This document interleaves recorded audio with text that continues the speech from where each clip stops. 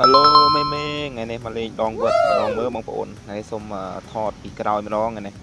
ព្រោះដោយសារកាមេរ៉ាអស់ថ្មបងប្អូនអើយឲ្យបានមើលកាមេរ៉ាទេថ្ងៃនេះសូមសារលេងលឿនតិចព្រោះនេះវាយូរដែរបងប្អូនស្ទួចត្រី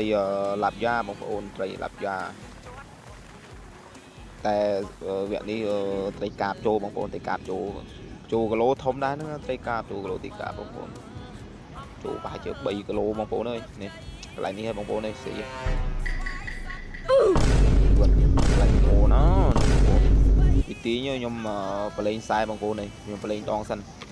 ព្រោះខ្សែខ្ញុំមានខ្សែយឺតបងប្អូនព្រោះខ្សែត្រីកាបវាទាញចូលតែប្រាយកដែរហ្នឹងបងប្អូនបើយើងមិនបលេងដងទេវានឹងអាចប្រាស់ដាច់ខ្សែបងប្អូនទោះបីខ្សែស្វិតប៉ុណ្ណាក៏វានៅតែដាច់ដែរបងប្អូនយើងត្រូវតែមានខ្សែដៃបងប្អូនខ្សែដៃហ្នឹងយើងយករឿងយឺតទីបងប្អូនព្រោះយឺតទៅកុំយកខ្សែ PE ដល់ខ្សែ PE វាស្វិតមែនប៉ុន្តែពេលត្រីកត្រាក់ទៅអញដាច់ព្រោះខ្ញុំធ្លាប់បាត់ដងអស់ច្រើនហើយដាក់ខ្សែ PE បងប្អូនតោះតែយើងយកខ្សែយឺតវាទាញទៅវាទាញតែរឿងយឺតដែរបងប្អូនហើយខ្ញុំពងលេងមួយវាសិនបងប្អូននេះដង2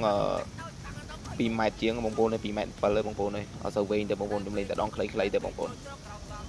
ថ្ងៃនេះខ្ញុំលេងតែដងខ្លីៗទេវែងផុត30 36 36ទេបងប្អូន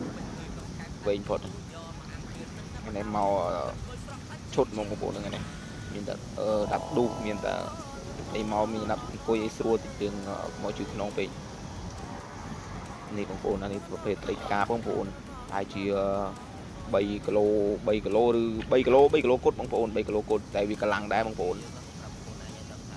អាពេលស៊ីអត់សូវយូរពេលវាទាញទៅកណ្ដាលបងប្អូនហើយនេះយើងលេងមួយវាសិនបងប្អូនតែដងយើងនឹងស្វិតដែរបងប្អូនដងទូចទេបងប្អូនដងទូចទេតែដងទូចនេះកុំប្រមាថសោះបងប្អូនស៊ីត្រីធំច្រើនណាប្រាត្រីកាបអីធំគីឡូធំអីដងនេះប្រវែង2ម៉ែត្រ7បងប្អូន2ម៉ែត្រ7បងប្អូនអត់វែងទេខ្ញុំលេងខ្លីទេយកត្រីស្រួលឥឡូវយើងឌូបានហើយនេះបងប្អូនប្រភេទត្រីកាបបងប្អូន3គីឡូបងប្អូន3គីឡូធាត់បងប្អូនអើយធាត់ត្រីធាត់ខ្ញុំដាក់ផ្លែ2ផ្លែខ្ញុំលេងតូចដែរបងប្អូនខ្ញុំលេងត្រីឡាប់យ៉ាទេត្រីឡាប់យ៉ាខ្ញុំលេងផ្លែតូច